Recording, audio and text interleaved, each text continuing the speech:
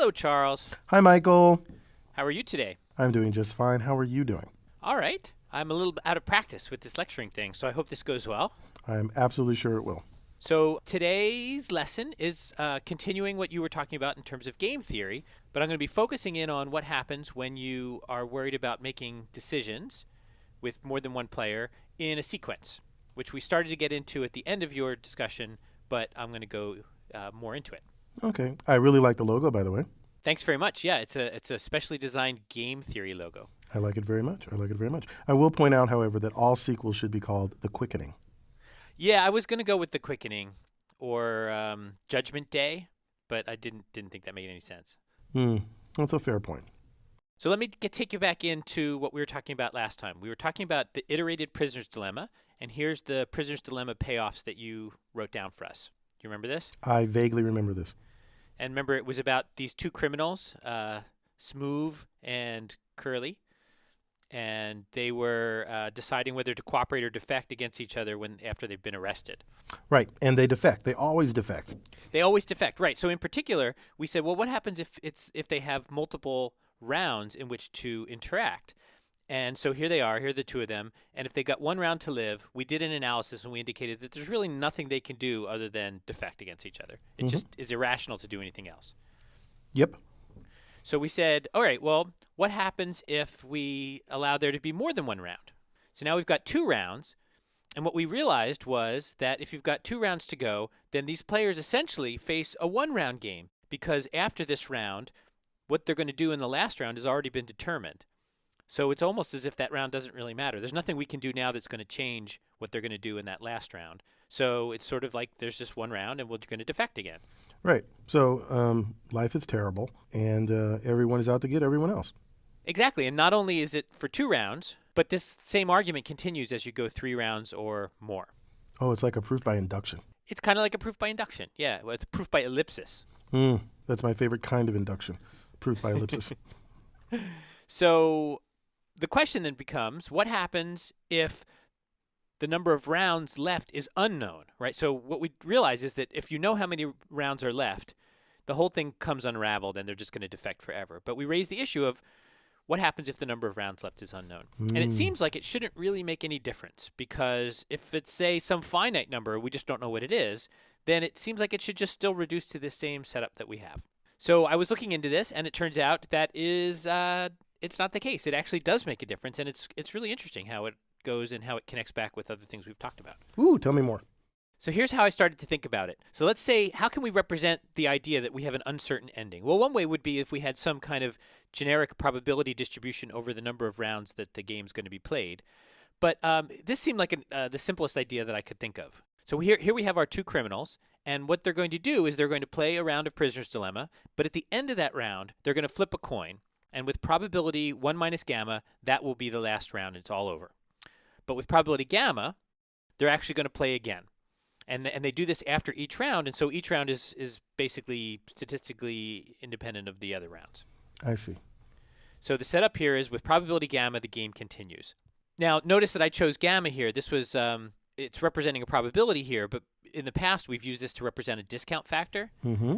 But that actually is the same thing, right? In the normal discounting, we say that the value that you get 1 step from now is discounted downward by gamma, and that's exactly what you'd take if you worked out the expected value of a game where you continue making steps with probability gamma, and with probability 1 minus gamma, it ends and you get 0 from then until the rest of time. So every round here could be your last or not, right? It could be that you actually get to continue playing. Does that make some sense? That makes perfect sense. Awesome. All right. So this is exactly that kind of situation where, well, here, let me ask you a question. What's the expected number of rounds of this game? Well, I'll bet it's finite if gamma's less than 1. Yes, I even wrote that down. Yeah, I'm smart. Or at least I can read. Sure, but but specifically, we can actually write it as a function of gamma. Let's see. If gamma were something like 99%, then I would expect it to be about 100, right? Yeah, I think that's right. Yeah. So is that your answer? My function of gamma is, if gamma is 0.99, the answer is 100. Yeah, something like that. It's not a total function, but it's a function. Well, it's a sample. I mean, you do machine learning. Why don't you tell me what the function would be given that sample? Well, we can make it a quiz, or I could just tell you. Why don't you just tell me? All right. So 1 over 1 minus gamma is the answer. It works for your example. Mm-hmm. 1 minus 0.99 is 1/100th, and we're talking 1 over that, so that you get 100. And yeah, we could go through the argument as to why that's what it is, but this 1 over 1 minus gamma is what shows up all the time. If gamma is 0, then we're talking about 1 over 1. The game lasts 1 round. That's exactly what we'd expect. Mm-hmm. As gamma gets closer and closer to 1, this quantity is getting closer and closer to infinity. Right. So, in fact, if it becomes unbounded as gamma hits 1. So, so this is the expected number of rounds. And so that means, so as you said, if gamma is 0.99, it's 100 rounds. And we already reasoned that at 100 rounds, the whole thing falls apart. Right. Huh. And I noticed the 1 over 1 minus gamma, of course, is just like the way we did discount factors when we started doing MDPs in the first place. Exactly. Yeah, that kind of links them together. That's actually kind of neat. So if we're going to be talking about strategies in this game that has an uncertain ending, we can't just write down sequences of actions anymore. We can't just say cooperate, defect, defect, defect, defect, or even some kind of tree of possibilities, because those are going to be finite representations. We need some other representation that allows us to play for an unbounded number of rounds. Mm-hmm. And I'm going to start off by presenting an example of such a strategy, one that's very famous for the iterated prisoner's dilemma, and it's called tit for tat. And the structure of tit for tat goes like this. On the first round of the game, a player playing this strategy will cooperate, and then in all future rounds, the player is going to copy the opponent's previous move. Does that make sense? It does. So basically, I start out acting as if you're going to cooperate with me, and the moment you don't cooperate with me, I will start to defect, and we'll be in the old-style prisoner's dilemma, right? Well, no, not this. What this says is it actually copies the opponent's previous move. So if an opponent goes cooperate, defect, cooperate, defect, cooperate, defect, defect, defect, defect, cooperate, cooperate, cooperate, you're going to see something very similar coming out of the tit for tat agent. I see. In fact, we can represent the strategy as a little finite state machine like this. I like that. And so you can see exactly how it kind of proceeds. It starts off cooperating, and then in each round, it waits to see what the opponent does. That's the green letters here. And then it follows the corresponding arrow to determine whether it is going to cooperate or defect in the current round. Sure, that makes sense. So in this picture, the black letters here represent my move, and the green letters represent my observation of the opponent's move, or at least if I'm being tit for tat. What happens if we follow tit for tat? That's a great question. So let's make it a little more concrete. So here's a set of strategies that an opponent might adopt. And now the question is, what does it look like tit for tat is doing in response to each of these? And I just was hoping that you'd, check the corresponding boxes. So basically, for each row, say, okay, if tit for tat is playing against always cooperate, what does tit for tat do? Does it always defect? Does it always cooperate? Does it cooperate and then defect, defect, defect, defect? Does it alternate between cooperate and defect? And this should give you some practice in interpreting the behavior of tit for tat. Okay, that works for me. I think I could do this. Go. All right. So let's start off. Maybe you can tell me what happens when tit for tat plays against always cooperate. So what happens if you always cooperate? Well, let's see. I start out cooperating. Mm-hmm. And since the other person is cooperating, I will continue to cooperate because that's what they did the last time. So I will always cooperate. That's right. Good. All right. So what about if we play against always defect? Well, if we always defect, the first time I'm going to cooperate because that's what you said tit for tat is. But from that point on, I will do what my opponent does, which is defect. So I will cooperate and then defect, defect, defect, defect, defect, defect, ellipsis. Yeah, so I put this always defect in there, but it can't ever be the right answer, right? Because tit for tat always starts off cooperating. So the other three seem like they might be possible. Always defect is not possible. Good. All right. So what if tit for tat plays against another tit for tat? Well, I started out cooperating. My opponent cooperated. And since I'm going to do what that person does, I will cooperate. But since that person's doing what I did, they will also cooperate. And so we will both cooperate forever. So we will always cooperate. Nice. So isn't that kind of interesting? So tit for tat, even though when it's playing against itself, is a very cooperative fellow. But if tit for tat is playing against something that defects, it becomes a little bit more vengeful. Yes. All right, so what if it plays against something that is a little unsure of itself? So it starts off defecting, then cooperating, then defecting. Then it's sort of almost an anti kind of thing, right? So this is one that starts off with a defect.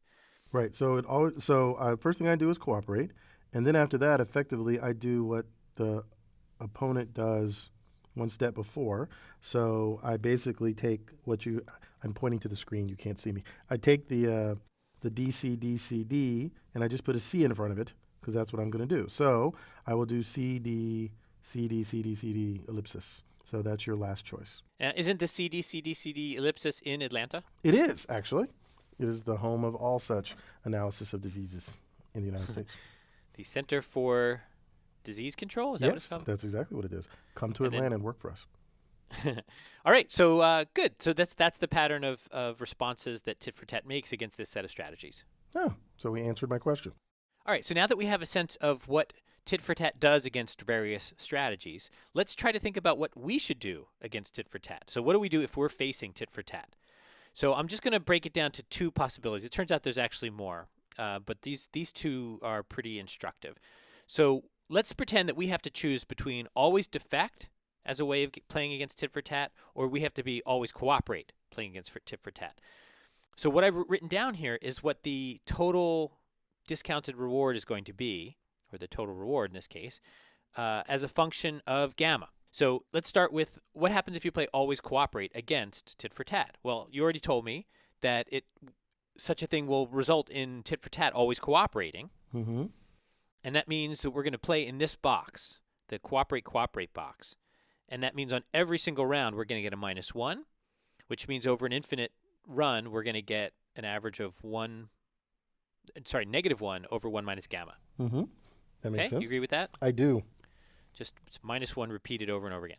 Now, always defect, as you recall, you told me that will result, well, for the always defect agent against Tit for Tat, the first thing that's going to happen is it's going to defect while the Tit for Tat cooperates, right?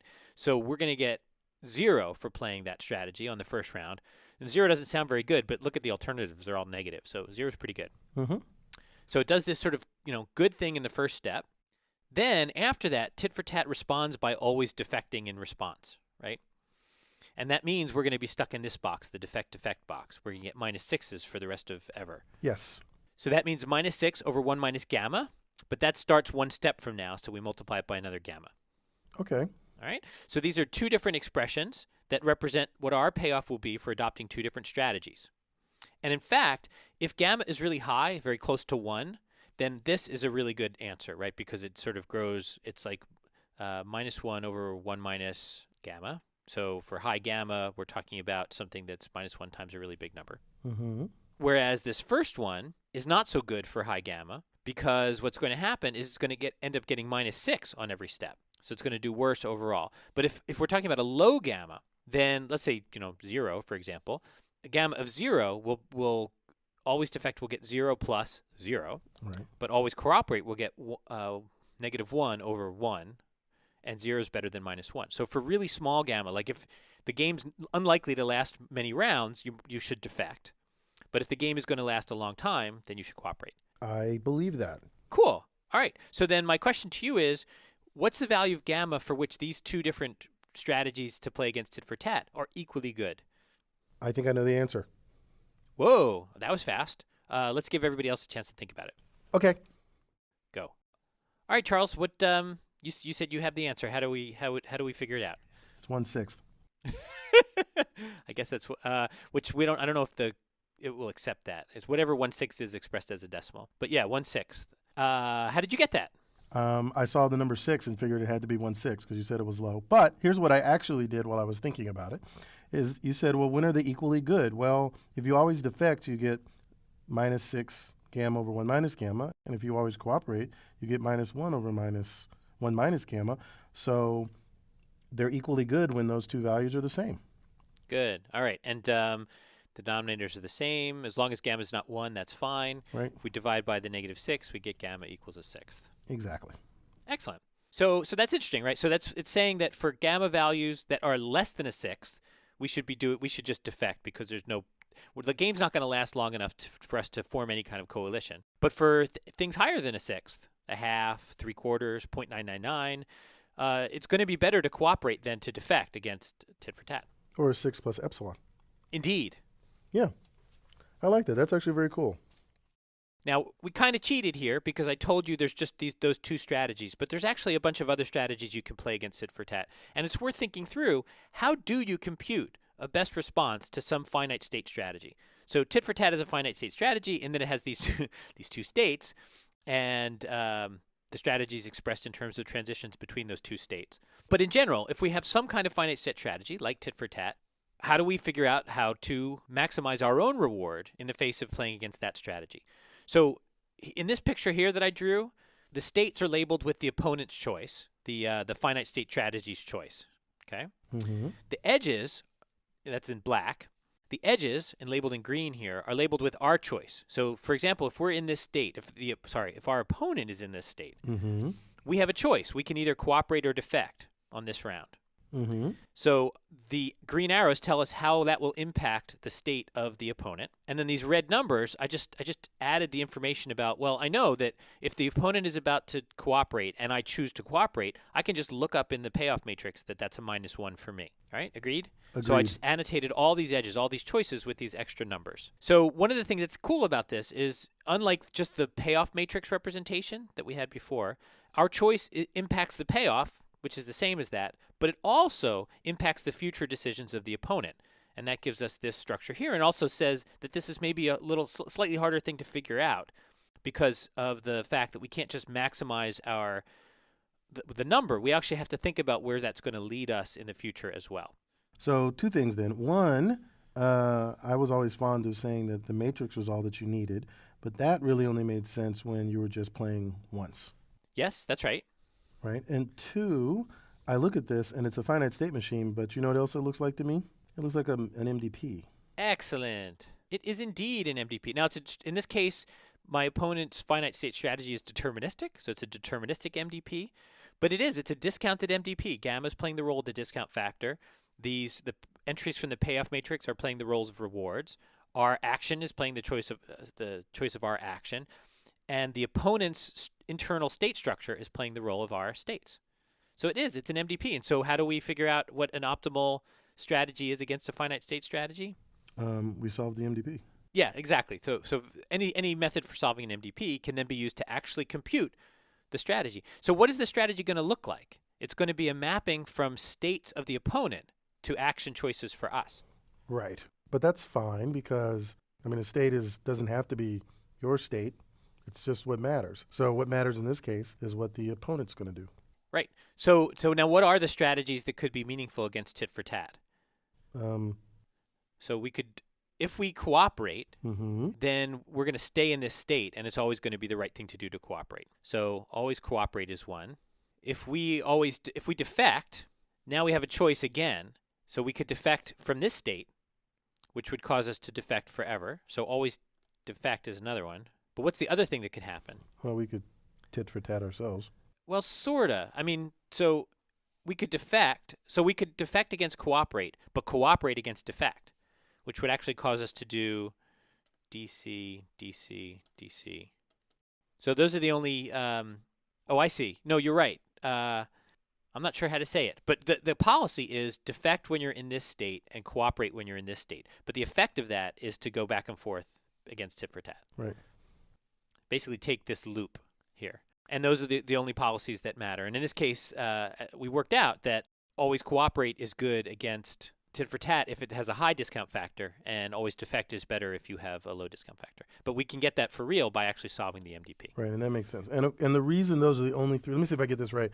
The reason those are the only three that make sense is because if you think of this as an MDP, then it has no history. So when you're in C, there's really only two choices, and when you're in D, there's only really two choices. So if you look at the way you've drawn it, you either stay where you are in C or D, or you take the loop. And those are really the only three options, because the rest of them would require you remember what you did, a time step or two ago. And there's no way to do that in an MDP, at least not as you've written it.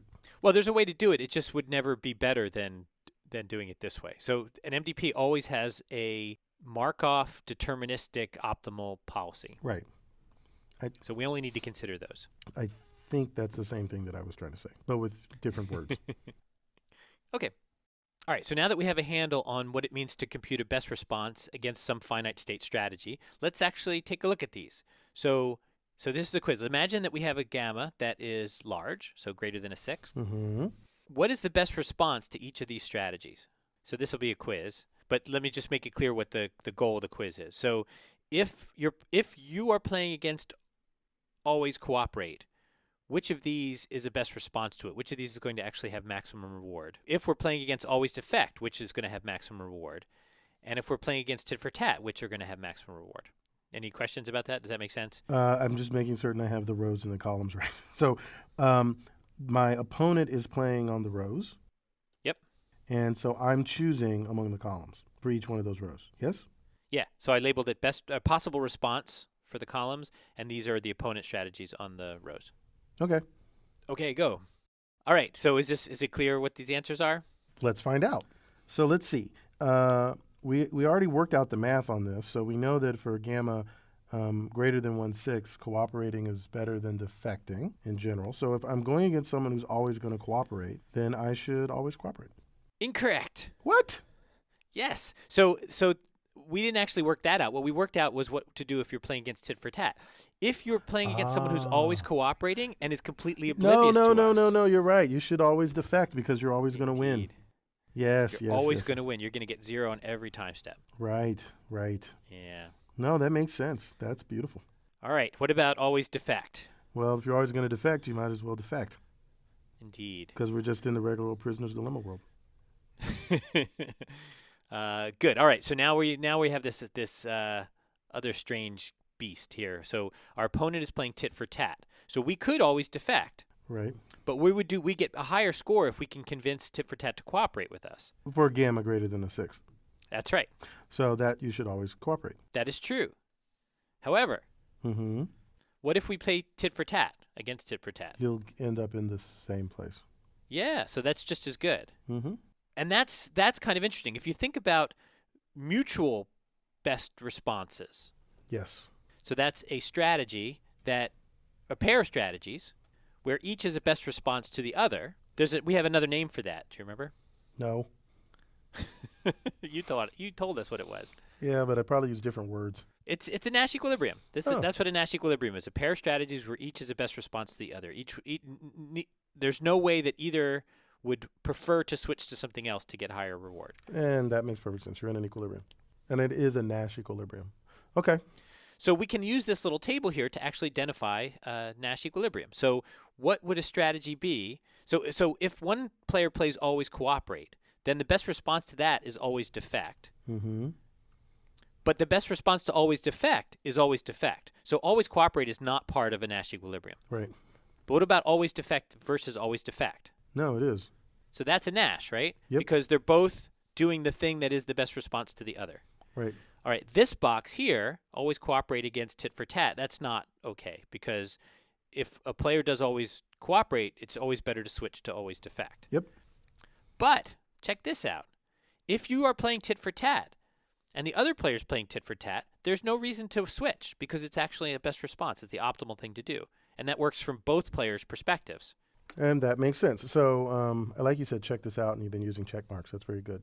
So, we're in this situation where we have two Nash equilibria.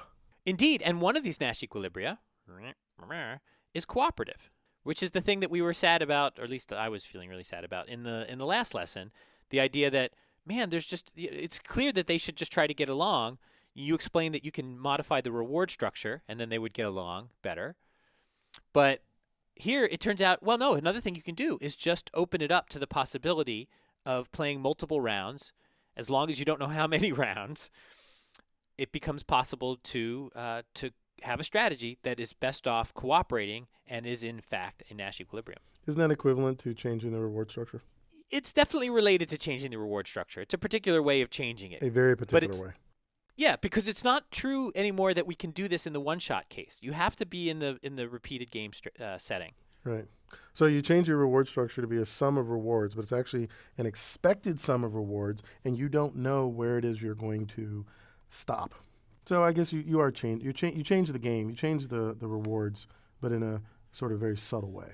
Yeah, the whole game is different, really. Yeah, man, you change the game. Sometimes you got to change the game. Don't hate the game. No, you are supposed to hate the game. Don't hate the player. Hate the game. I'm really proud of us for figuring out a way to make the prisoner's dilemma a little more friendly. It turns out, though, that this idea, this sort of core idea, is very general and kind of cool. So it leads us to a topic that we could call repeated games and the folk theorem. So the general idea here is that when you're in the repeated game setting, this possibility of retaliation, the possible of not being cooperative, actually opens the door for cooperation, because now it can become better to just get along and cooperate than to get retaliated against. Right. And that makes sense so long as the retaliation is plausible. Well, we're not talking about plausibility of the retaliation. We're just talking about, right, because the tit for tat, it's just not analyzed in that way. It doesn't say whether or not it's actually plausible. It just says, well, if you have this strategy and you play against this strategy, there's no incentive to switch. Right. But we'll get into this plausibility thing in a little bit. Oh, I stumbled across a word. Okay, go. But I want to point out one thing first, which actually kind of irritates me, kind of along the same lines as like regression is the wrong word and reinforcement is the wrong word. Folk theorem is the wrong word. So what is a folk theorem? It's two in words. general, in mathematics. Sorry, say again? A folk theorem is 2 words. That's fair, yes. So I think it's actually 2 different terms of art. So in mathematics, folk theorems are results that are known, at least to experts in the field, and they're considered to have established status, but they're not really published in their complete form. There isn't some kind of original publication saying, oh, look, I found this thing.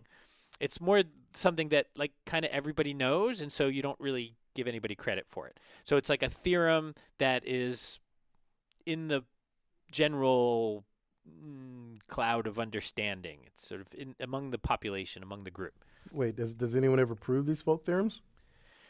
All folk theorems are provable, but it's not like you say that this is Charles Isbell's theorem. It's like, no, it's just a folk theorem. It's like Charles can prove it. We can all prove it, but we're not really sure whoever proved it first. It was just one of those things that everybody knows. Oh, so it's like an oral tradition. Yeah. I think that's a good way to think about it. Okay. I'm just imagining mathematicians sitting around a fire in the winter, cuddled up against one another, sharing theorems that have been proved since the beginning of time to one another. Exactly. Right. That's the image that I have as well. It's the folk theorems. It's the sort of, I learned it from my grandmother and now I'm telling you. I like that. I like to think of mathematicians that way.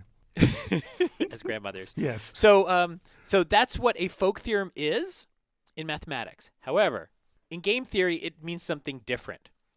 It is referring to a folk theorem, but it's also referring to a particular folk theorem. So the folk theorem in game theory refers to a particular result that describes the set of payoffs that can result from Nash strategies in repeated games. So it's a funny thing. It's a funny way that they use the word. It's a folk theorem, but it's also the folk theorem. Well, maybe it was actually proven the first time by some guy named Folk. Oh, that's a good idea. We should push that forward, like call him Folk or something like that. Folk's theorem. Yeah. But no. Oh well, I tried. Yeah, that's a really great idea that we're gonna just move on from. But what I'd like to do next is kind of build up to this notion of the folk theorem, and it's going to require a couple basic concepts that are not too different from stuff we've already talked about, but we're going to kind of make them concrete, and then we're going to show how they all come together to provide us with this idea of the folk theorem. Okay. The thing that I find most useful in trying to understand the folk theorem and what it says and how it works is a thing that I call a 2-player plot. I don't know if other people have other names for it, but this concept is out and often discussed. I just don't know what it's called. But here's the idea of it. It's a really simple idea. It's like a folk plot. It is a folk plot, right? I don't know who invented this plot. So here's what we're going to do. Remember this Prisoner's Dilemma game. We've got 2 players. There's Smooth and Curly. Mm-hmm. And what we're going to do is there's a bunch of joint actions that they can take. So Smooth cooperates and Curly defects, or they both defect, or they both cooperate, or one defects, or defect cooperate in the other direction. So what we're going to do is for each of those joint outcomes, each of those joint action choices, I'm going to plot a dot, put a dot on a 2-dimensional plot, where this is the Smooth axis, and this is the Curly axis. Okay? Okay. So cooperate, remember from the Prisoner Dilemma payoffs, is -1, -1. So I put a dot at -1, -1. Defect is at -6, -6. cooperate defect is at -9, 0, and defect cooperate is at 0, -9. So do those 4 points make sense to you? Do you understand the idea? They do. It may not be so obvious why we do it this way, because as you've told us, the matrix is all you need. Mm-hmm. But this is really just representing the matrix in another form. But it actually is sort of losing some information, because these dots don't tell us what the relationship is in terms of if one player keeps the same action and the other player changes to a different action. The matrix captures that, but this plot doesn't anymore. It's kind of washed out. I see. All right, now, so just to kind of reinforce this idea, and also to let us think about it in a slightly different direction, I want you to consider solving the following quiz. Here's 4 payoffs that I've put little boxes around. This one at -1, -1, this one at -3, 0, and this one at -4, -4. And the question is, which of these payoffs can be the average payoff for some joint strategy? And this is in the repeated game setting. Okay. So what we're imagining is these two players can coordinate in any way they want. We're not talking about trying to maximize reward or being Nash or anything like that. They're just going to execute some pattern of strategies over infinite run. We're going to average the payoffs that the two players get, and we'll say, is it possible for them to adopt a strategy so that the average per time step gets -3 for smooth and 0 for curly? Yes or no? So check that box if that's possible. Can it be that they both get -1 on average? If so, check this box. And can it be that they both get -4 on average? Check this box. Does that make sense? It does make sense. All right, so I'll give you a chance to think it through and answer it. Okay. All right, so are any of these easy to answer right off the bat? Well, one of them is really easy to answer right off the bat, and that's -1, -1. Good. Because that's one of the points. So if we just yeah. So the joint strategy to get the -1, -1 would be for both players to cooperate, right? Again, they're just willing to do that just for the sake of showing that they can make that value. Right. And I think I know the answers for the other ones as well. All right, hit me. So here's how I'm gonna talk you through my reasoning so that at any point I'm wrong, you can gently steer me away from embarrassing myself. Basically, I was looking at these points and I thought, they form a kind of convex hull. Aha. And I thought, well, surely that's just an accident of the numbers. And then I thought, oh, wait, of course, we're talking about averages here. So that means that all sort of possibilities have to be inside the convex hull of the outer points. So if I drew a line between those 4 points, I would end up with all possible achievable averages. Well, achievable averages how? How would you achieve things inside the convex hull? I would appropriately average them. So in particular, the first thing I noticed that -3, 0 is outside that. So it can't be something you can achieve. Right. There's no way to make this -3, 0, certainly not by choosing any of these points, but also no convex combination, no probabilistic combination of them is going to do that either. Right. So this one is just right out. Right. So that leaves -4, -4, and it seems that's inside the convex hull, so there is some combination of them that would work. That's right. Any sense of what it would be? 2/3, I think 2/3 DD, 1/3 CC. And I get that by noticing that D comma D is -6, -6, and C comma C is -1, -1, and -4 is 2/3 of the way between there. Boom. Cool. All right. So you good with that? I'm good with that. If you're good with that, it's your quiz. No, I'm excited. Oh, good. Yeah. So the -1, -1, and the -4, -4 are doing. And as you pointed out, there's a more general result here having to do with the convex hull. Right. All right. So through the magic of computer graphics, I have a slightly better depiction of this particular region now. As you pointed out, this convex hull of the points is really important, and what it represents is we can call it the feasible region. These are average payoffs of some joint strategy. They may have to collude to do this, and they may not be particularly happy to do that, but the fact of the matter is they can achieve, by working together, payoffs anywhere inside this region. So that's what my student Liam always meant when he talked about feasible regions. Maybe so. I mean, it could be that he meant any of a number of other things, like places that he's willing to live when he goes to get a job. No, it was all game theory stuff. I just never knew what he was talking about. But And now I do, Michael, thanks to you. Sure. Hey, I'm happy to help.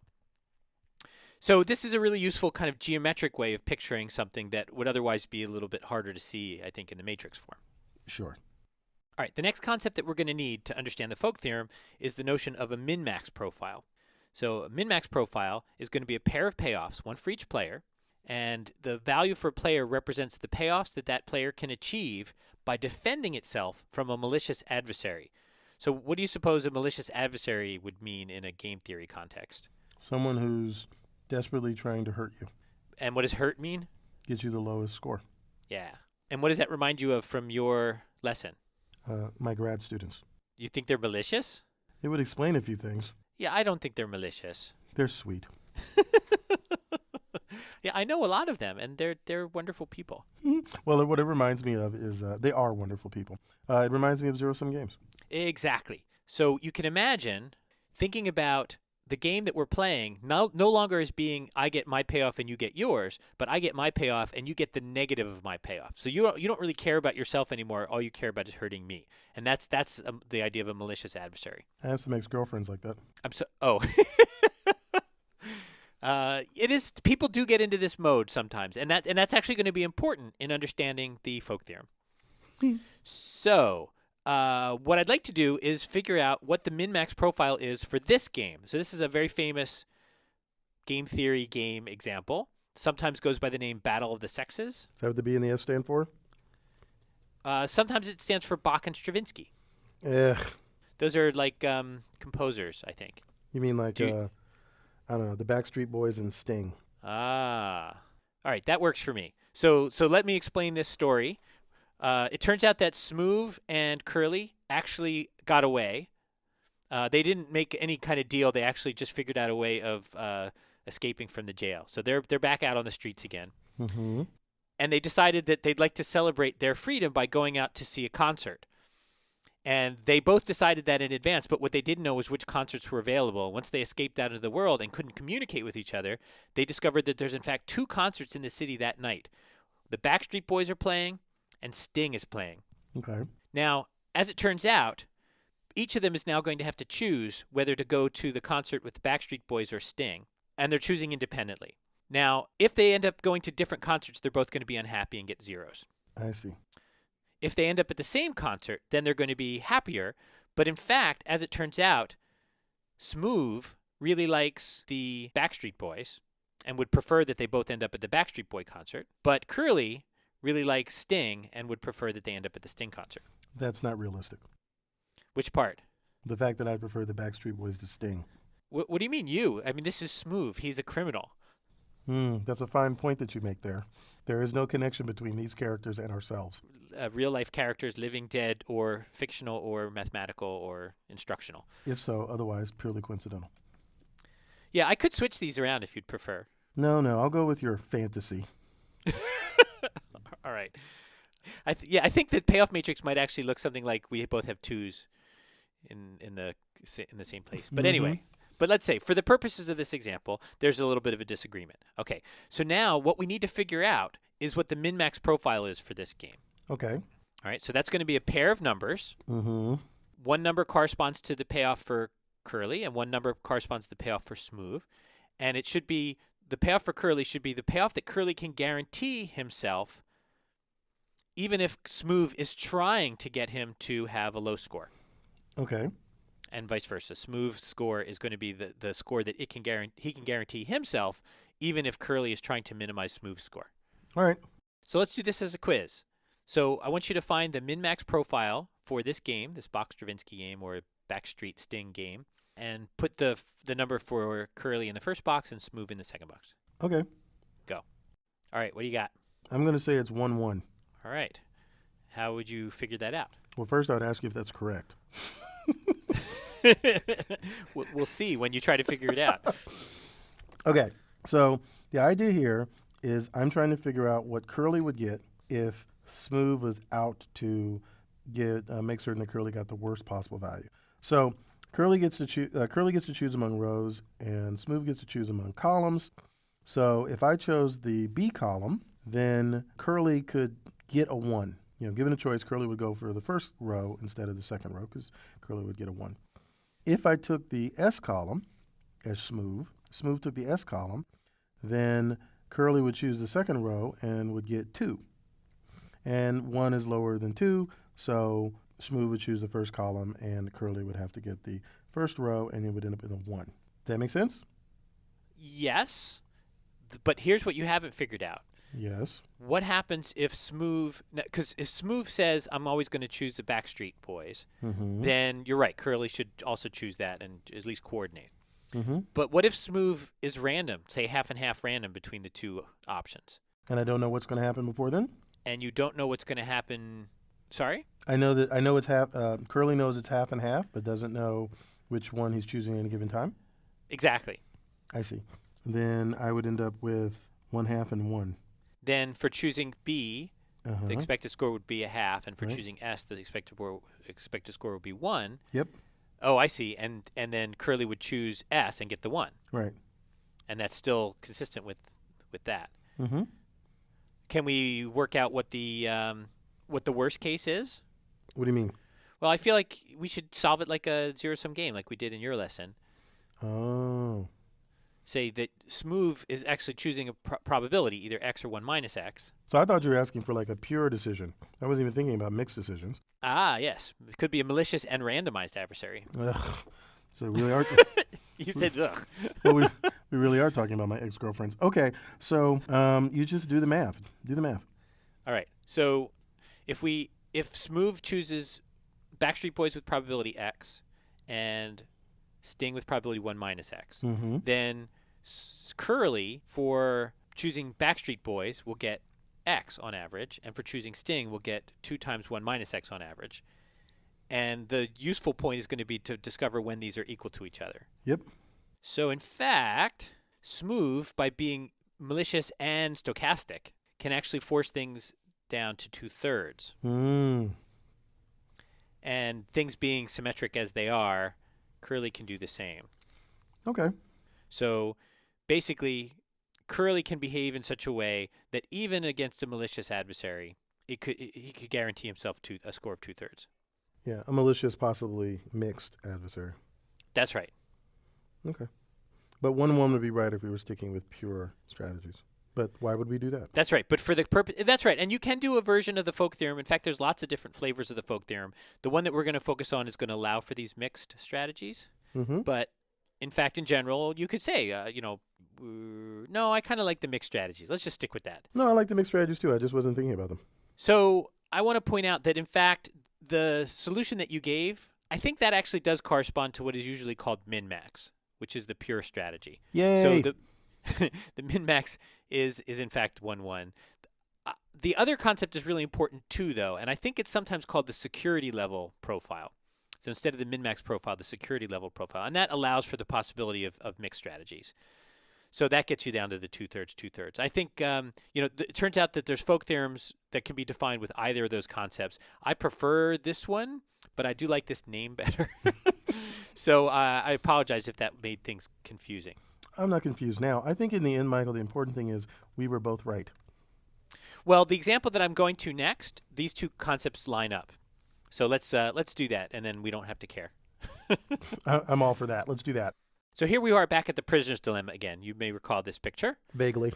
Let's add to this the min-max or security level profile. So for prisoner's dilemma, what is the min-max?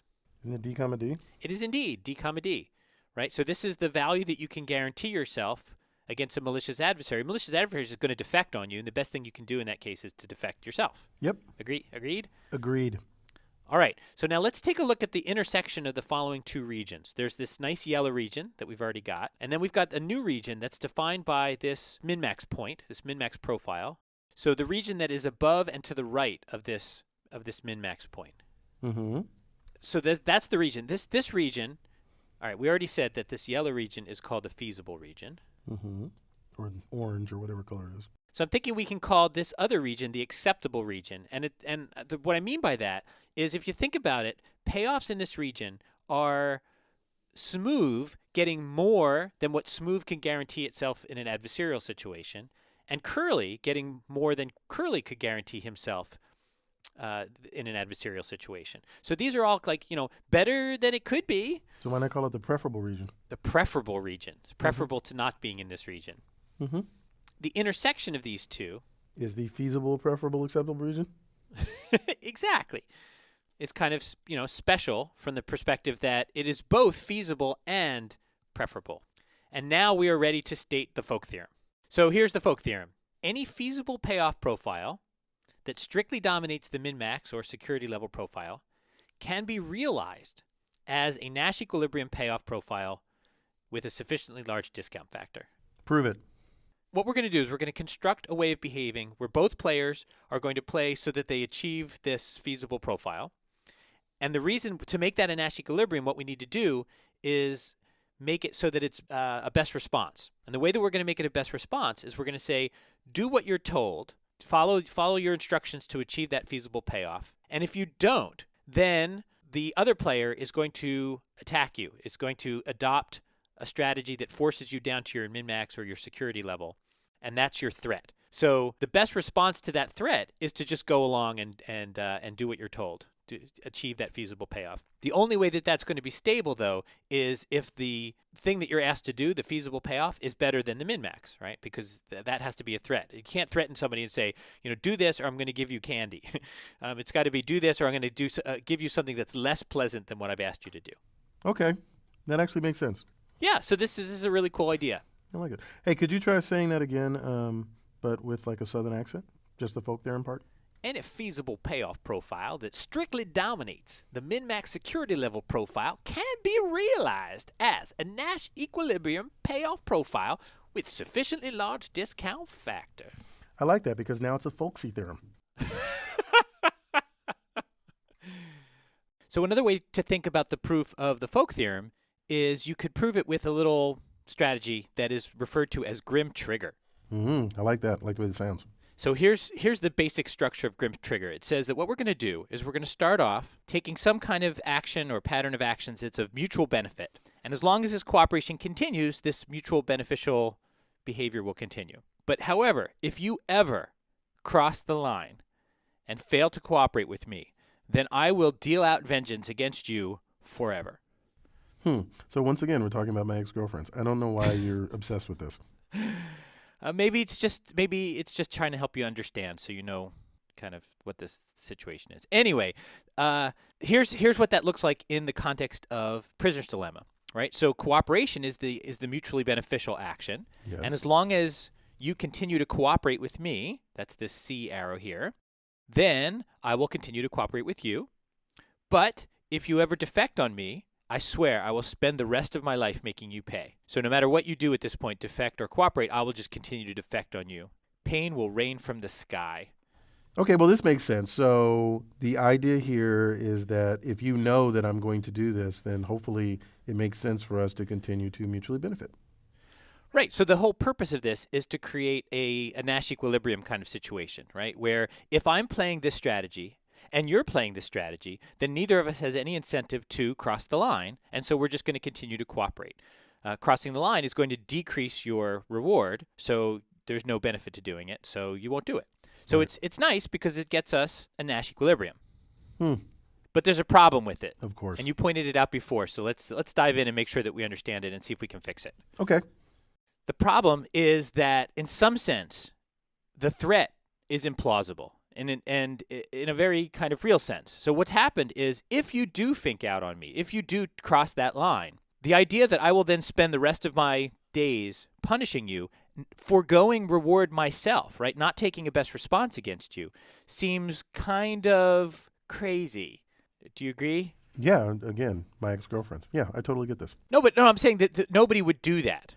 Right. So it would be like being in an elevator with a stick of dynamite and seeing that someone has $100 and saying, give me your $100 or I'll blow us both up. That's not really a reasonable threat because the alternative to me not giving you $100 is you die, which seems probably not worth it. That's right. So you can think about the possibility of, okay, I'm going to not give you the $100. You say that you're going to blow me up, but you will hurt yourself more than you hurt me, so it won't be a best response. Not blowing me up and just not getting the $100 and leaving the elevator is better for you than blowing me up. Right. So that is an implausible threat. So the way that we formalize this idea in the game theoretic context is to say that we're interested, a plausible threat corresponds to something that's called a subgame perfect equilibrium. Okay. So subgame perfect means that each player is always taking a best response independent of the history. All right, so let's actually look at a concrete example here. Let's imagine playing Grim Trigger against Tit for Tat. So my first question to you is, are these two strategies in Nash equilibria with each other? Yeah, I guess so. And why is that? Because the fact if one player is playing tit for tat, then the grim trigger thing doesn't matter anyway because both of you are going to cooperate forever, and it doesn't make any sense to deviate. Right, so any strategy that I could choose that's different than Grim Trigger is going to, on average, do no better, possibly worse. Right. So I might as well stick with Grim Trigger. And Tit for Tat has the same kind of feeling about it, that it's cooperating with Grim, and it can't really do anything better, so it might as well do that. Right. So the next question to ask is, are these two strategies in a subgame perfect equilibrium with each other? And the way that you actually test that is you say, well, they are not subgame perfect if there's some history of actions that we could feed to these machines, so that here's what Grim is doing. It's some sequence of cooperates and defects, and here's what Tit for Tat is doing. It's some sequence of cooperates and defects. And once we've reached some particular point, is it the case that one or the other of these machines is not taking a best response, that it could actually change its behavior away from what the machine says and do better than what the machine says? If that's the case, then it's not subgame perfect. But if it's the case for all histories, they're always taking a best response, then it is subgame perfect. So do you see a sequence of moves that these two players can take where one or the other of them is not going to be doing a best response? It's can take, right? As opposed to will take. I don't understand. Yeah, I'm not sure I do either, which is why I asked the question. It's not a made-up history. It's like an actual set of moves that are consistent with Grim and Tit for Tat. No. So it is not necessarily. So we know that if we actually play these against each other, the only history that we're going to see is cooperative forever. Right. Grim is going to do cooperate. Tit for Tat is going to do cooperate. Right. And so they are, and everything's fine. The question is, can we actually go in and alter the history so that one or the other in the machines could take a better action than the one that the machine tells it to take? Yeah, if Tit for Tat ever does a defect. All right, so let's take a look at that. So let's say on the first move, Grim cooperates and Tit for Tat defects. Okay, so let's say that that's the moment in time. What will the machines do at this point? Well, at this point, the next time step, Tit for Tat will cooperate and Grim will defect. Good, and then thereafter? Grim will always defect. And then Tit for Tat will always defect. Right. So the payoff that Grim gets at this point is going to be, well, initially high, but then very, very low. On the other hand, could Grim have changed its behavior to do better than this? Yeah, just by doing, just by choosing to cooperate. By choosing to cooperate, so sort of ignore the fact that Tit for Tat did the defect, and instead do a cooperate here, then Grim would do better. So the idea is that Grim is making a threat, but when it comes time to actually follow through on that threat, it's actually doing something that is worse for itself than what it would do otherwise. Do you see that? I do. So is it subgame perfect? No. And the proof of that is exactly what you said. Take a look at this history. Here's a history where Grim would not be willing to actually follow through on its threat. Right. So it's an implausible threat, and that's bad. So maybe we've now just undone all the awesomeness that we had done. No. Well, maybe. I mean, the awesomeness was, hey, look, we can actually get machines that are in Nash equilibrium, and they're cooperative in Prisoner's Dilemma, so they're actually kind of doing the right thing. And it turns out, well, they are, but they're depending on this notion of implausible threats to do it. How should I feel about that? Well, let's see if we can fix it. Okay. All right, so let's make sure that we get this concept. So let's evaluate tit for tat versus tit for tat, spy versus spy, and ask whether or not they are subgame perfect or in a subgame perfect equilibrium with each other. And your choices are yes and no. But if you say no, I'd like you to give me a sequence to show that it is not subgame perfect. In other words, that if they were to take this sequence of actions, and this one was to take this sequence of actions, it would leave the machines in a position where they would not be willing to follow through on their threat, that it would be better for them to do something else in the long run, assuming that they're still playing against the other tit-for-tat machine. From that point on. Yep. Just imagine that someone could go in and change one thing. Would you still want to follow tit for tat the next time step or not? Yeah, I don't know that it has to be just one thing, but yeah, that's right. Change the sequence leading up to this point and then say, okay, do you still want to do what tit for tat is telling you to do, or would you rather do something else? Right. Okay, I think I got it. Cool. All right. Go. Okay, what's your answer? My answer is no. No, I'm sorry, that's wrong. No, I think that, well, if it's right, then we need to provide a sequence that proves it. Okay. So what are you thinking? Well, I was thinking actually something very similar to what we just saw. Okay. So tit for tat, what they're going to do is they're going to do cooperate, right? That's what they normally want to do. Exactly. So what would happen if at one point one of them defected? Okay, just for simplicity, let's make it the very first point. Mm-hmm. So tit for tat number 1 defects, and tit for tat number 2 also defects? At the very first time, no, it cooperates because it's done at the same time.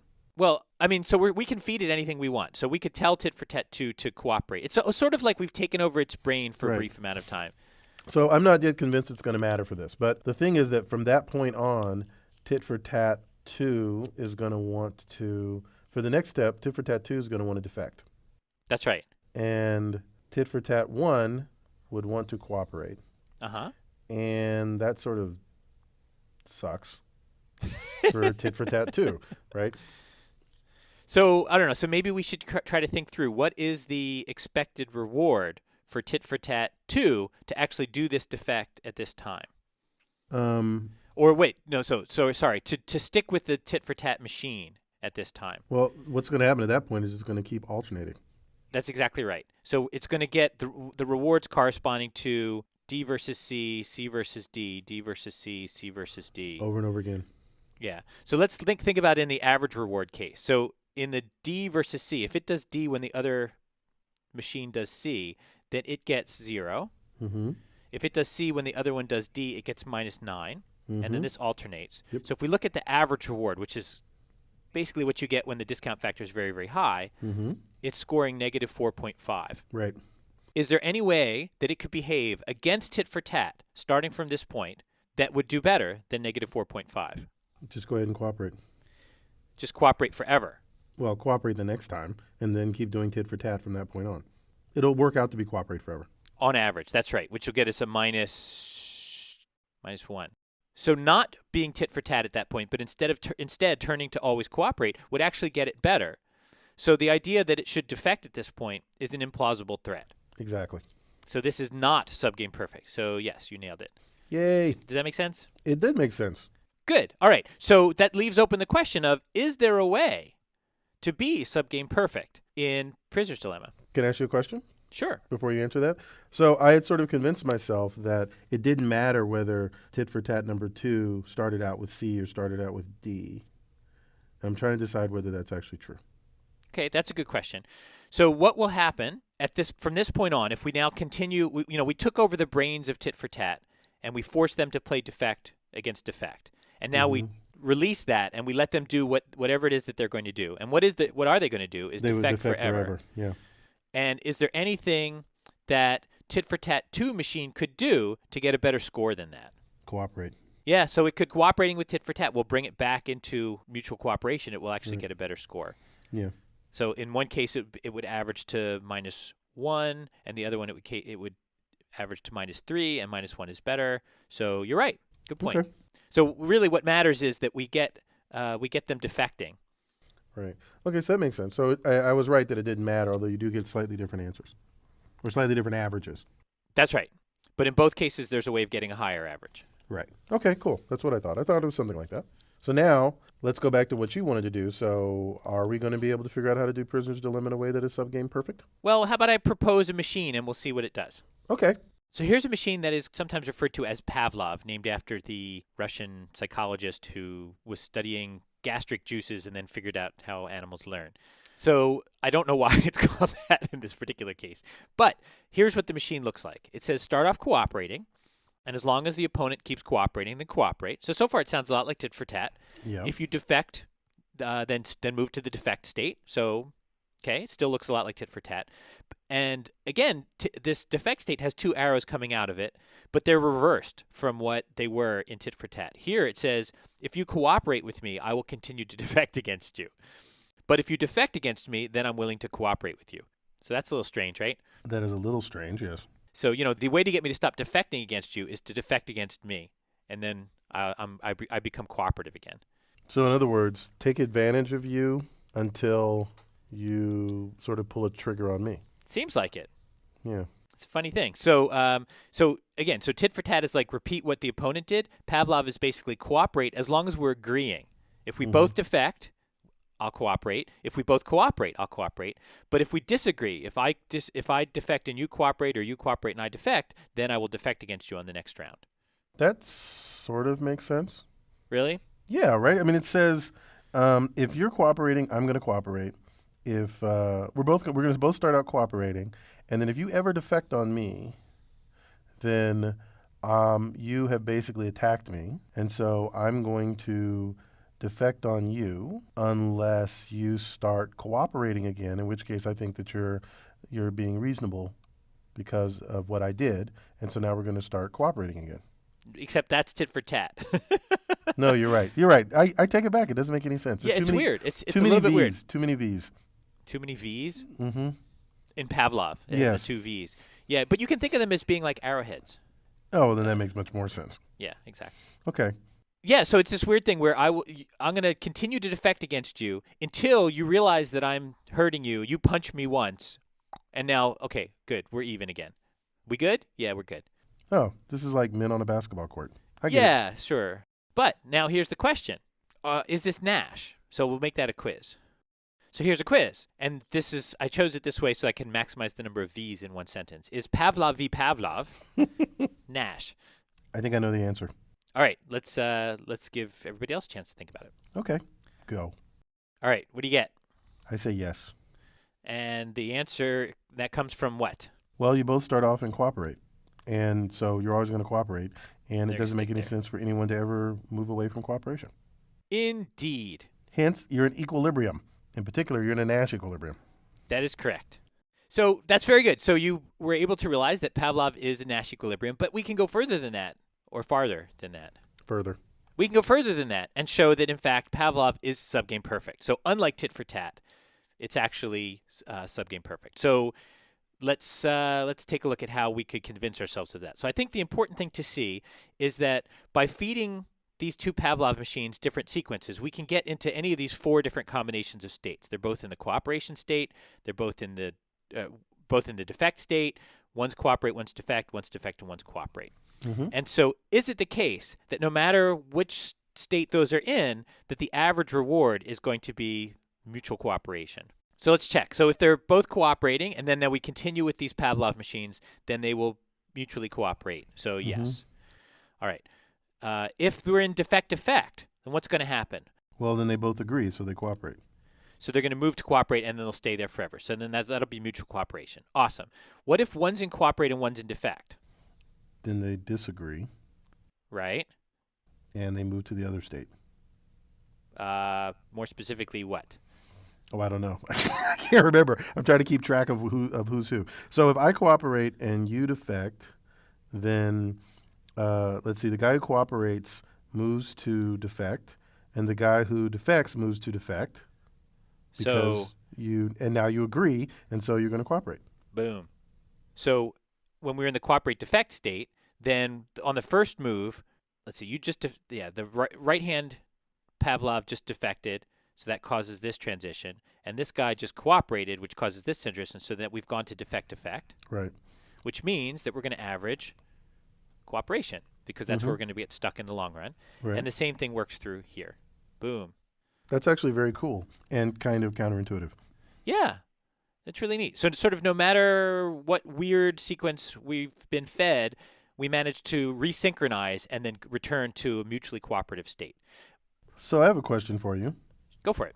So presumably this is really cool, like mathematically, because now we should all be Pavlovians, like we're all Keynesians, and then we just kind of move forward from there. Do people do this? I don't know the answer to that question. I mean, other than men on a basketball court.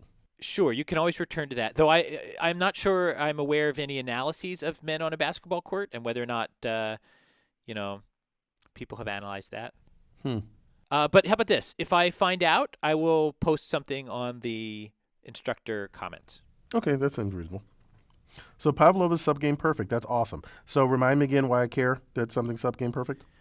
Because it means that, so let's say that you actually, so I'm being this left Pavlov, and you defect on me, and you're like, yeah, I'm going to defect on you because I just want to take advantage of you, because you're gonna forgive me, and I will have gotten this extra bonus for that. And what it turns out is that, no, if we do Pavlov against Pavlov, we're going to fall into mutual cooperation no matter what. So this defection that I do, this threat, this punishment that I deal out to you, you can earn it back, and we can go back into a cooperative state. Right.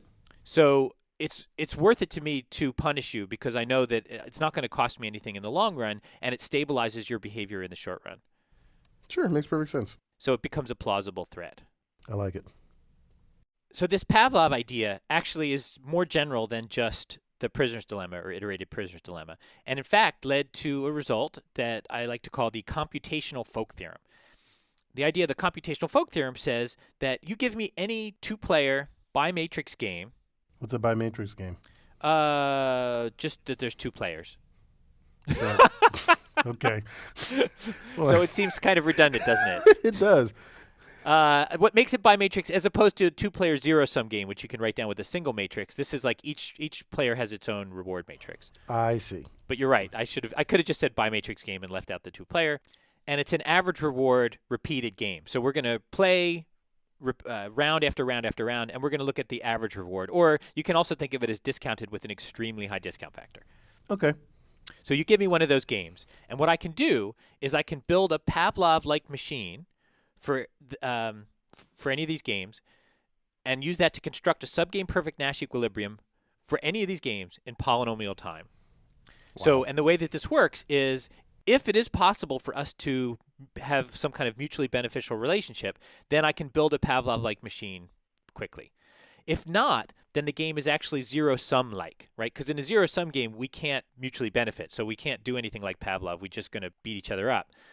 So we can actually solve a linear program in polynomial time and work out what the strategies would be if we're playing a zero-sum-like game. And so either that works and produces a Nash equilibrium, and we can test that, or it doesn't work, but at most one player can improve its behavior, and by taking that best response against what the other player does in a zero-sum-like sense, then that will be a Nash equilibrium. So there's three possible forms of the Nash equilibrium, but we can tick through these, figure out which one is right, and derive the actual strategies in polynomial time.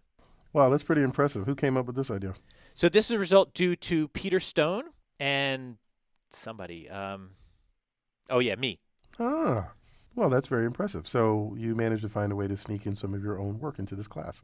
Here, let's do some more of that. Okay. I'm a big fan. And I think that's fair because I did that way back when on Mimic. Mimic.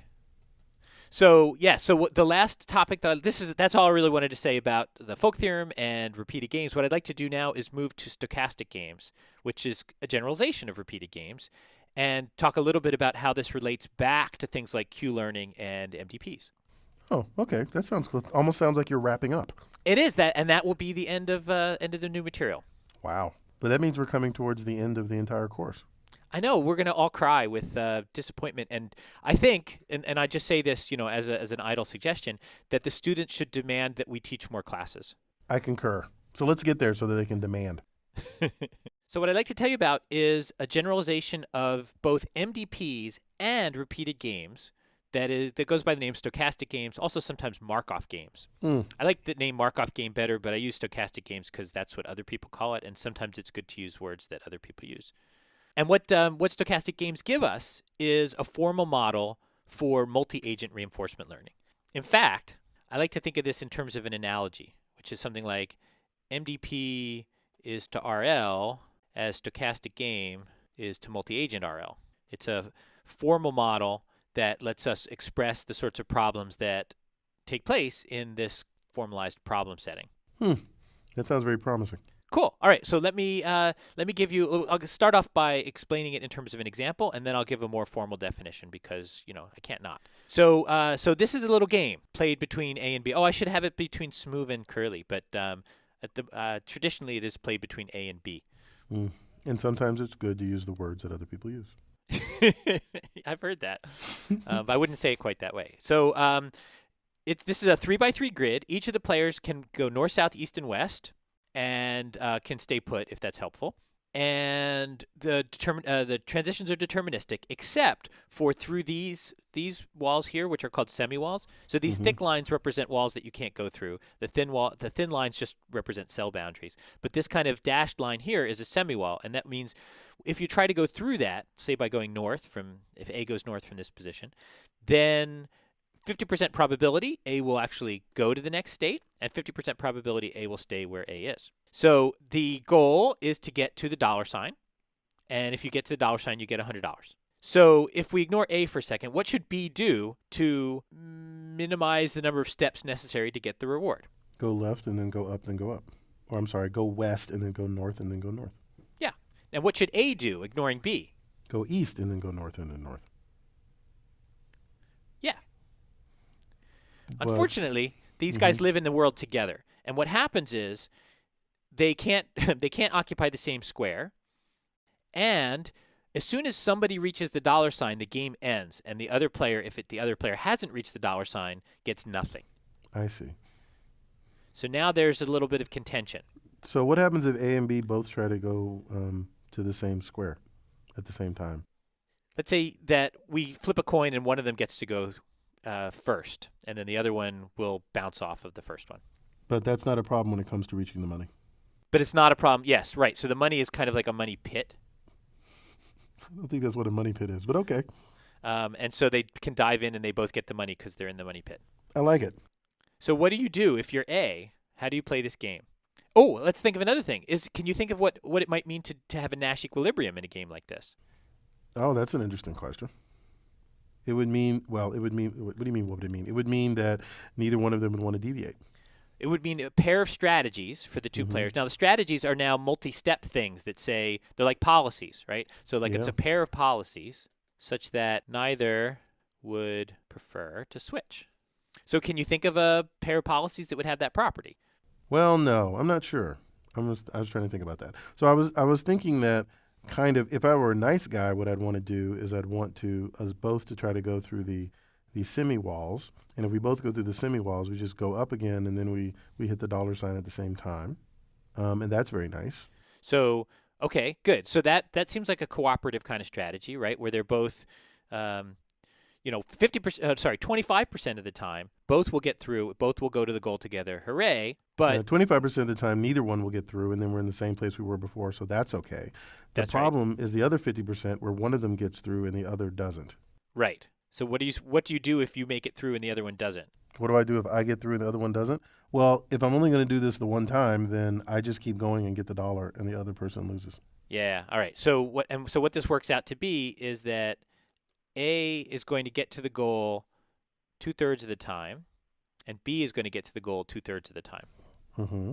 So, all right. So if that's the case, if I say, okay, A, that's what you should do, B, that's what you should do, then is there a way that either A or B can switch strategies and do better? Well, if B, for example, decides to go west and then go up, what happens?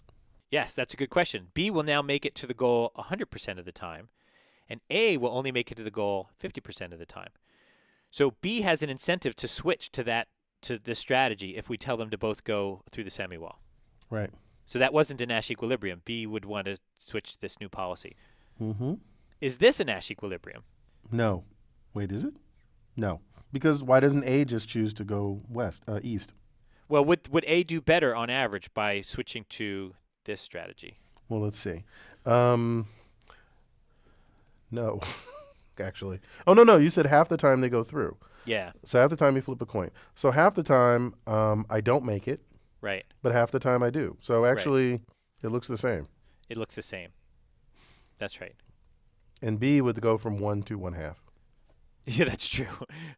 So A doesn't have an incentive to do it, but B is hoping very much that A doesn't do that. Right.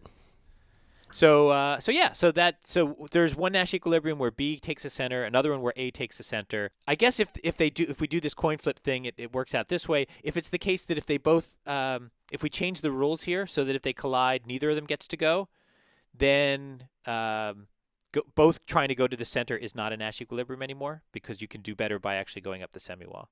Right. And so if collision means nobody goes through, then suddenly you would want to do the other thing, where one of you Exactly. goes through the semi-wall and one goes the direct way.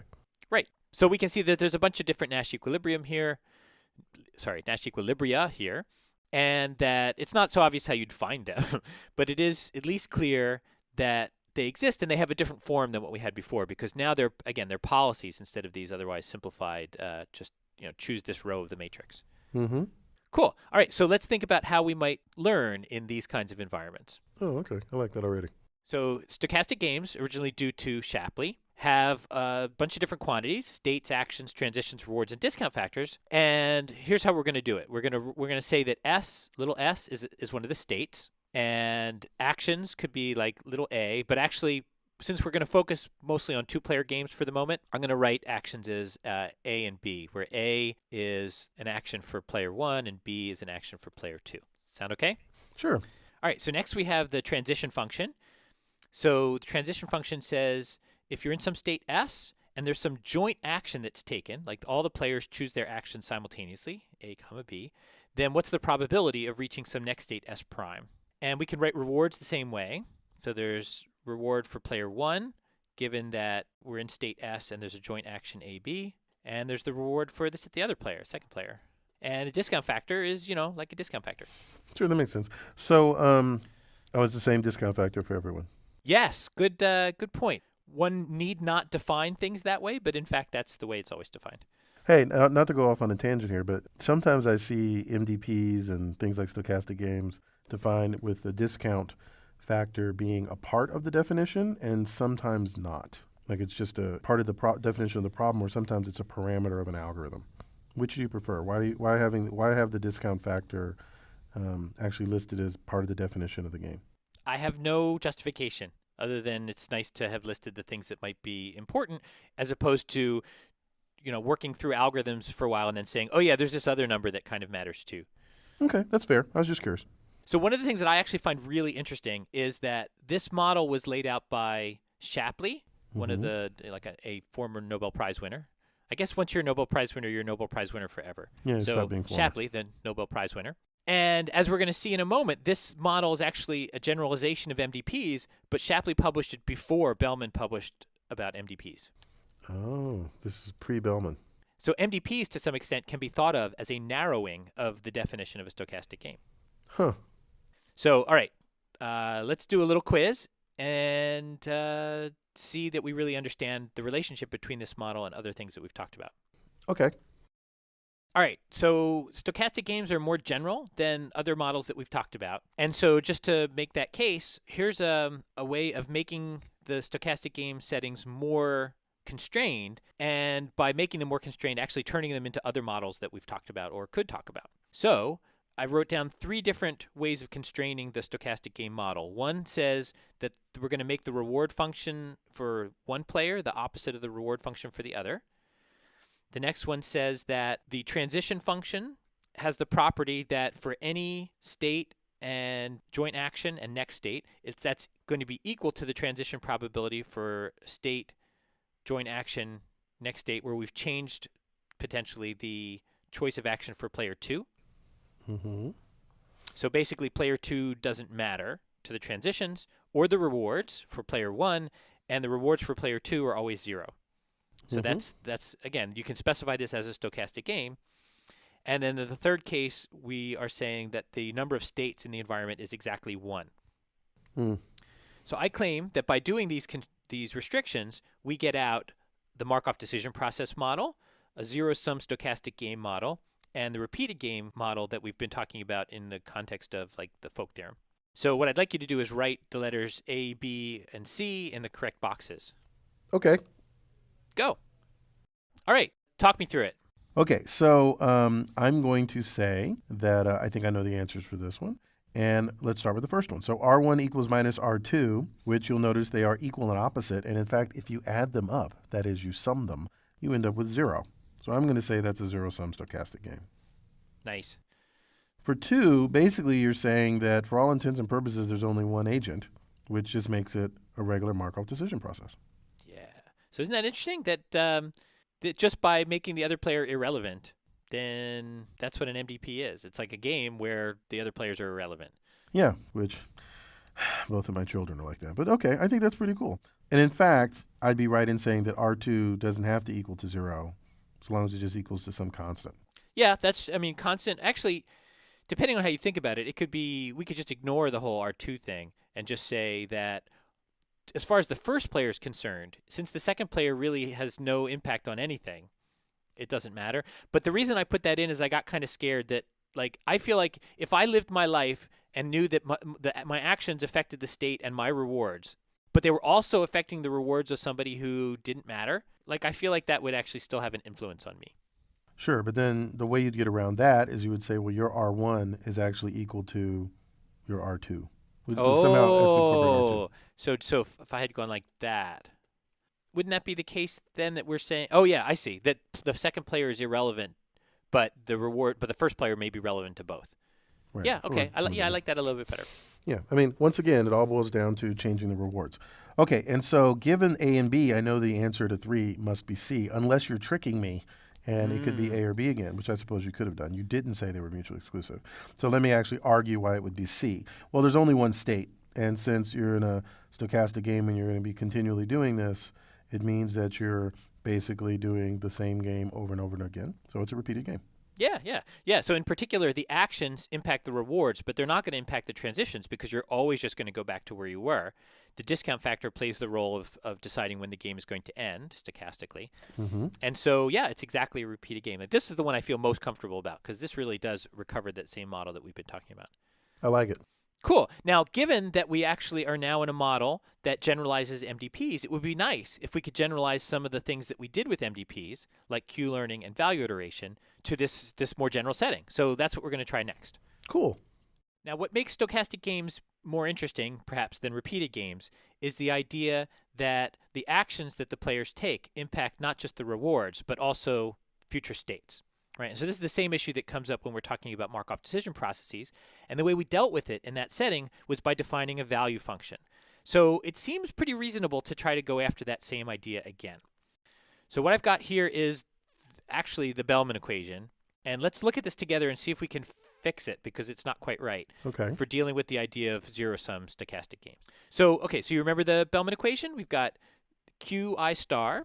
Mm-hmm. So there was no I before, but Q star is the state.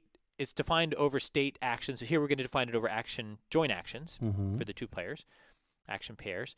The immediate reward to player I for that joint action in that state, plus the discounted expected value of the next state. So we need to factor in the transition probabilities. So the transition of actually going to some next state S prime is T of S, AB, S prime, right? So now we're imagining what happens when we land in S prime. So what I've written here says, well, we're going to basically look at the Q values in the state that we landed in and kind of summarize that value back up so that we can use it to define the value of the state that we left. You with me? I am with you. All right, so if we put this in, if we say the way we're going to summarize the value for this new state that we land in is we think of it as actually a matrix game, right? That there's payoffs for each action choices of A prime and B prime. And over all of those, we need to kind of summarize, well, which of those actions in this table of values that we get for S prime, which of those values are we going to propagate forward and call the value of that state? So what we did in regular MDPs is we said, we'll just take a max over all the actions, or in this case, all the joint actions. Mm-hmm. So what do you think that translates to? Well, you wrote down max, but that doesn't make sense. That can't be right. Well, it means something. It just doesn't mean what we mean it to mean. Ah, that's true. That's fair. So what does it mean, and then how can we fix it? So let's start off with what does it mean? It means that you kind of always assume that the joint actions that are going to be taken will benefit you the most. So everyone is trying to make you happy. So this makes you optimistic? Yeah, it's sort of optimistic to the point of delusion? Yes, very good. Right? It just basically says whenever we're in a state, the whole world is going to choose their actions to benefit me. And this is not what we get in, say, a zero-sum stochastic game. In a zero-sum stochastic game, we should be, like fighting it out at this point. So that would work out if everybody's rewards were the same or everybody's rewards were the sum of everyone's rewards or something like that. That's right. If it was some kind of team-based game, or if everybody, was going to sacrifice their own happiness for the benefit of QI or I mean. Hmm. So it's not reasonable to assume that. In fact, what was it that we were assuming when we had a zero-sum game that was just a single stage, right? Just a single game, and then we were done. Oh, that people were doing Minimax. Right. And Maximin. So what if we change the equation to look like that? So what I mean by this is when we evaluate the value of a state, we actually solve the zero-sum game in the Q values and take that value and use it in the context of this equation. That seems closer to right. Yeah. I mean, it's not an unreasonable thing to do. It's just to say, I'm going to summarize the future by imagining that we're going to play that game that represents, all the future. Sure. And I'm going to act in such a way to try to maximize that, assuming that you're trying to minimize it, which makes perfect sense if it's a zero-sum game. Right. And we're still acting as if there are only two people here. Yeah, that's right. It turns out that when you're talking about zero-sum, it really implies that there's only two players. Because if you have a zero-sum three-player game, it really is just a general-sum game. You can imagine that the third player is just an extra factor that's just messing with the numbers to make things sum up to zero. So, so zero-sum really does kind of focus on this two-player setting. That makes sense. So we've got this modified Bellman equation, and we can even translate it into a form that's like Q-learning. So the analog of the Bellman equation and the Q-learning update in this setting would be that if we're in some state, there's some join action that's taken, there's some pair of rewards that comes, and some next state that's visited, that the Q value for that state join action pair is going to be updated to be closer to the reward for player I plus the discounted expected value, the discounted summarized value or V value of the new state S prime, and we'll use Minimax to summarize what the values are in that new state. I like it. And that equation is sometimes referred to as Minimax Q, because it's like the Q-learning update, but just with the Minimax operator instead of a max. That makes sense. So if we set things up this way, we actually get some wonderful properties coming out. So here's some things that we know about this setup for zero-sum stochastic games. Value iteration works. So we can actually solve this system of equations by using the value iteration trick, which is to say, we initialize these Q values to whatever, and then we just iterate this as an assignment, right? We just say, equals. So value iteration works. This Minimax Q algorithm converges under the same kinds of conditions that Q-learning converges. So we get this nice, Q-learning analog in this multi-agent setting. The Q star that's defined by these equations is unique. So we iterate it and we find it, and there's just that one answer. The policies for the two players can be computed independently. That is to say, if two different players are running Minimax Q on their own and not really coordinating with each other except for by playing the game, that the policies that they get out will actually converge to Minimax optimal policies.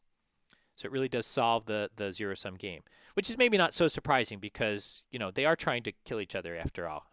So the idea that they'd have to collaborate to do that efficiently would be weird. I never thought about it like that, but yeah, that would be weird. This update that I've written here can be computed efficiently, which is to say in polynomial time, because this Minimax can be computed using linear programming. Yes, of course. And finally, if we actually iterate this Q equation and it's converging to Q star, knowing Q star is enough to figure out how to behave optimally. So we can convert these Q values into an actual behavior, again, by using the solution in the linear program. So it's just like MDPs and value iteration with Q-learning. Exactly. It's like we've gone to a second agent, and it really hasn't impacted things negatively at all. This is all pretty much all the things that we want come out. There are some things that don't come out. For example, in the case of an MDP, we can solve this system of linear equations in polynomial time, not just by value iteration, but we can actually set it up as a single linear program and solve it and be done in linear time. Or sorry, not linear time, polynomial time. This is not known to be true in the zero-sum stochastic game case. It's not known whether it can be solved in polynomial time. So it is a little harder as a problem, but it's not harder, not deeply harder, and not harder in a way that matters in a machine learning setting. Cool. So this is really great. So let's try to take this same approach and see if we can deal with general sum games. Okay. So let's think about general sum games. So not zero sum anymore, but we're not restricted. It could be any kind of relationship between the two players. Okay. So the first thing we need to do is realize, well, we can't really do Minimax here anymore, right? Because that doesn't make sense. Right. That only works with zero-sum games. Well, it's only it sort of assumes that the other player is trying to minimize my reward, and that's not the concept of a Nash equilibrium. We'd like to do something analogous and find a Nash equilibrium in this general sum setting. So Okay. what operator do you think we would need in this context here? Nash equilibrium. Yeah. So that would be a very reasonable thing to do. Is instead of computing minimax, we actually compute of the two matrix game, right, using Q1 and Q2, compute the Nash equilibrium of that and propagate that value back. It's a well-defined notion, right, that we can summarize the value of these two payoff matrices with a pair of numbers, which are the values of the Nash equilibrium. Mm-hmm. All right. So good. So we can do the same thing in the Q-learning setting, substitute in a Nash equilibrium, and we can call that algorithm Nash Q, which appears in the literature. Nice. Oh, Minimax Q, by the way, is something that I wrote about. Nash Q is a different algorithm. So it's not as cool as what you're saying. Well, let's see how it goes.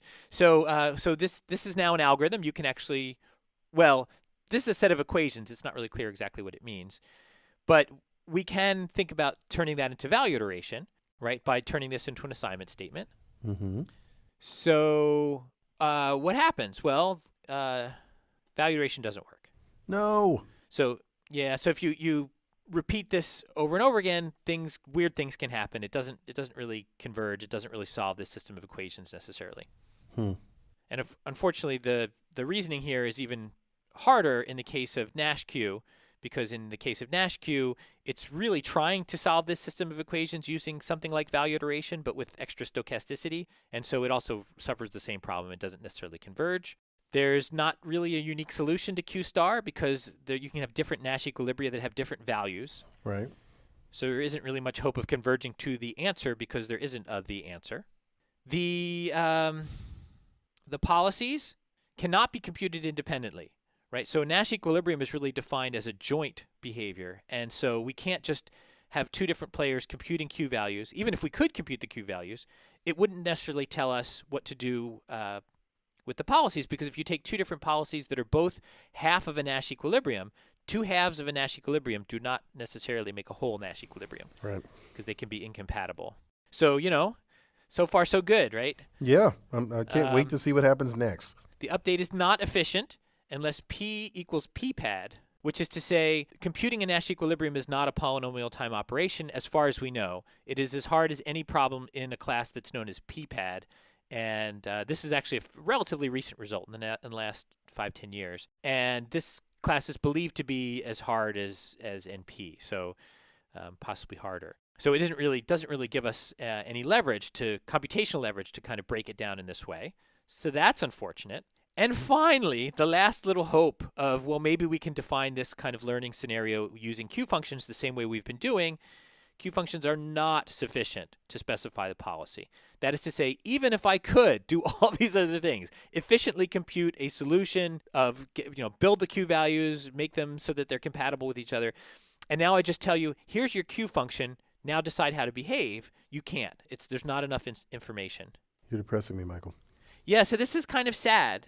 We go to the general sum case, which in some sense is the only case that matters because zero sum never really happens. And what we discover is that we seemingly lose all the leverage that we have in the context of Q-type algorithms. And that's where we'll stop. Oh, so we're going to end on a high note. No, maybe we should say something positive before we depart. Let's do that. Come up with something positive to say. Okay. So even though things are kind of grim with regard to solving general sum games, there are lots of ideas that have proven themselves to be pretty useful for addressing this class of games. It is not the case that any one of them has emerged as the dominant view, but these are all really cool ideas. So here's one. You can think about stochastic games as themselves being repeated. So repeated stochastic games. We're going to play a stochastic game, and when it's over, we're going to play it again. And that allows us to build folk theorem-like ideas at the level of stochastic games. Oh, that's cool. And so there's some efficient algorithms for dealing with that. So that's one idea. Another one is to make use of a little bit of communication side channel, to be able to say, hey, other player, here's this thing that I'm thinking about. And it's cheap talk in the sense that it's nothing that's being said is binding in any way, but it gives the two players an ability to coordinate a little bit. And you can actually ultimately compute a correlated equilibrium, which is a version of a Nash equilibrium that requires this a little bit of coordination, but can be much more efficient to compute. And you can actually get near optimal approximations of the solution to stochastic games using that idea. Yeah, that's cool. Didn't I do some work in this space? You did. That's where I got the idea from. Oh, okay. There's some work by Amy Greenwald looking at how correlated equilibria play into stochastic games, and then your student Liam and you developed a really cool algorithm that actually provably approximates the solutions. Nice. Another idea that I've heard a lot about lately that I really like is the notion of a cognitive hierarchy. The idea that what you're going to do is, instead of trying to solve for an equilibrium, you think about each player as assuming that the other players have somewhat more limited computational resources than they do, and then taking a best response to what they believe the other players are going to do. This turns out to be a really good model of how people actually play when you ask them to do games like this in the laboratory. Huh. Yeah, the good news about this idea is that because they're best responses, they can be more easily computed. It's more like Q-learning and MDPs again, because you're assuming that the other player is fixed. Okay, how about that? And the last idea I want to throw out is the notion of actually using side payments, so that the players, as they're playing together, can not only take joint actions, but they can say, hey, I'm going to get a lot, but if we take this action, I'm going to get a lot of reward. I'm going to give some of that reward back to you. And that'll maybe encourage you to take the action that I need you to take so that we'll both do better. And so there's this lovely theory by a father and son duo that they call COCO values. COCO sounds awesome, but it stands for cooperative competitive values. Mm-hmm. And so it actually balances the zero-sum aspect of games with the mutual benefit aspect of games. So it's a really elegant idea. So basically, the problem isn't solved, but there are lots of cool ideas that are getting us close to solving it. That's right. Yeah. So even though the one player and the zero sum cases are pretty well understood at this point, the general sum case is not as well understood, but there's a lot of really creative ways that people are trying to address it. So that is good news. Okay, Charles, what have we learned? And I mean specifically in the context of this Game Theory 2 lesson. That's a good question. We learned about iterated prisoner's dilemma, which turns out to be cool, and it solves the problem. And we learned about how we can connect iterated prisoner's dilemma to reinforcement learning. What do you mean? Through the discount. Yeah, so I think of that as being the idea of repeated games. Right. Let's see. What else have we learned? So we learned about iterated prisoner's dilemma, which allowed us to get past this really scary thing with repeated games, connected it with reinforcement learning, with discounting. And then we learned other things, like, for example, I don't remember. What did we learn? Well, so the connection between iterated prisoner's dilemma and repeated games was the idea that we can actually encourage cooperation. And in fact, there's a whole bunch of new Nash equilibria that appear when you work in repeated games. And that was the concept of the Folk theorem. Right, the Folk theorem. So the Folk theorem was really cool. And this whole notion of repeated games really seems like a clever way of getting out of what appeared to be limitations in game theory. Right. Yeah. In particular, by using things like threats. Right. But only plausible threats. Right. So that was the next thing we talked about.